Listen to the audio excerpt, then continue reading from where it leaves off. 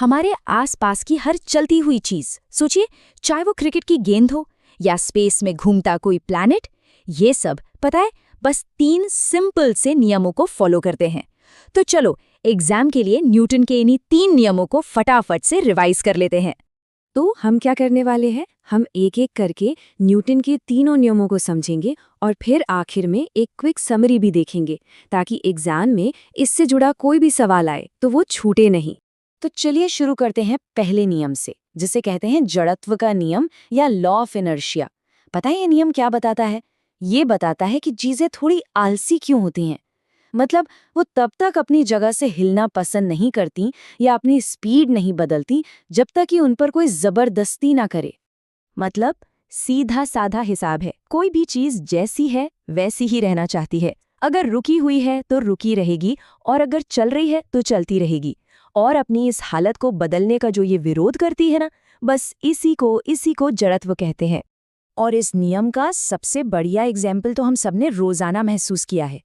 जरा सोचिए, जब हम किसी चलती हुई बस में हों और वो अचानक से ब्रेक लगा दे, तो क्या होता है? हाँ बिल्कुल, हम सब आगे की तरफ गिरते हैं, है ना? ऐसा क्यों होता है? क्योंकि बस तो रुक गई, पर हमारा शरीर वो जड़त्व के कारण अभी भी आगे बढ़ना चाहता है। और यही तो है पहले नियम का सबसे क्लासिक एग्जाम्पल।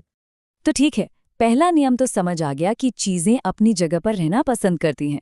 पर सवाल यह है कि अगर उन्हें हिलाना हो तो, उन्हें गति देनी हो तो? बस यहीं पर आता है न्यूटन का दूसरा नियम। ये नियम हमें ठीक ठीक बताता है कि किसी चीज को मूव कराने के लिए कितना जोर यानी कितना बल लगाना पड़ेगा। तो देखो, ये नियम असल में हमें एक फॉर्मूला देता है। एक ऐसा फॉर्मूला जिससे हम ये कैलकुलेट कर सकते हैं कि किसी चीज पर फोर्स लगाने से उसकी स्पीड में कितना चेंज आएगा, और ये उसके वजन यानी मास पर कैसे डिपेंड करेगा। और वो फॉर्मूला है, ये रहा, F इक्वल्स m इंटू ए। F इक्वल्स m इंटू ए, ये तो पक्का याद रखना है। F यानी फोर्स या बल, m यानी मास या द्रव्यमान, और a यानी एक्सेलरेशन या त्वरण। इसको एक सिंपल एग्जाम्पल से समझते हैं। एक हल्की सी क्रिकेट की बॉल है, उसे फेंकने में कितना जोर लगता है? बहुत कम, राइट? आप सोचिए एक भारी सा गोला है शॉटपुट वाला, उसे उतनी ही तेजी से फेंकने के लिए जाहिर है कहीं ज्यादा जोर लगाना पड़ेगा। बस यही तो है दूसरा नियम। ओके, 2 नियम हो गए। अब बारी है न्यूटन के तीसरे और आखिरी नियम की। इसका बड़ा फेमस नाम है क्रिया प्रतिक्रिया का नियम, एक्शन रिएक्शन लॉ।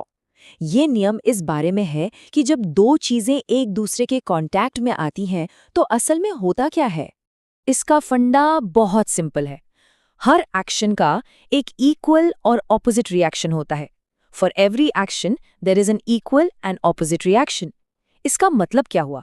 इसका मतलब ये कि फोर्स या बल कभी भी अकेला नहीं होता, वो हमेशा जोड़ी में आता है। जैसे सोचिए, जब हम जंप करते हैं, हम क्या करते हैं? हम अपने पैरों से जमीन को नीचे की तरफ धकेलते हैं। ये हुआ एक्शन। बदले में क्या होता है? जमीन भी हमें उतने ही जोर से ऊपर की तरफ धकेलती है, और ये है रिएक्शन। और बस इसी रिएक्शन की वजह से हम हवा में उछल पाते हैं। तो चलिए, तीनों नियम हो गए। अब एक काम करते हैं, एग्जाम के लिए इन तीनों को एक साथ फटाफट से समराइज कर लेते हैं। ये एकदम की पॉइंट्स हैं जो हमेशा याद रहने चाहिए। बस ये 3 लाइनें याद रखनी है। पहला नियम, कोई भी चीज अपनी जगह या अपनी चाल नहीं बदलती जब तक उस पर कोई फोर्स न लगे। सिंपल। दूसरा नियम, वो famous formula F equals m times a।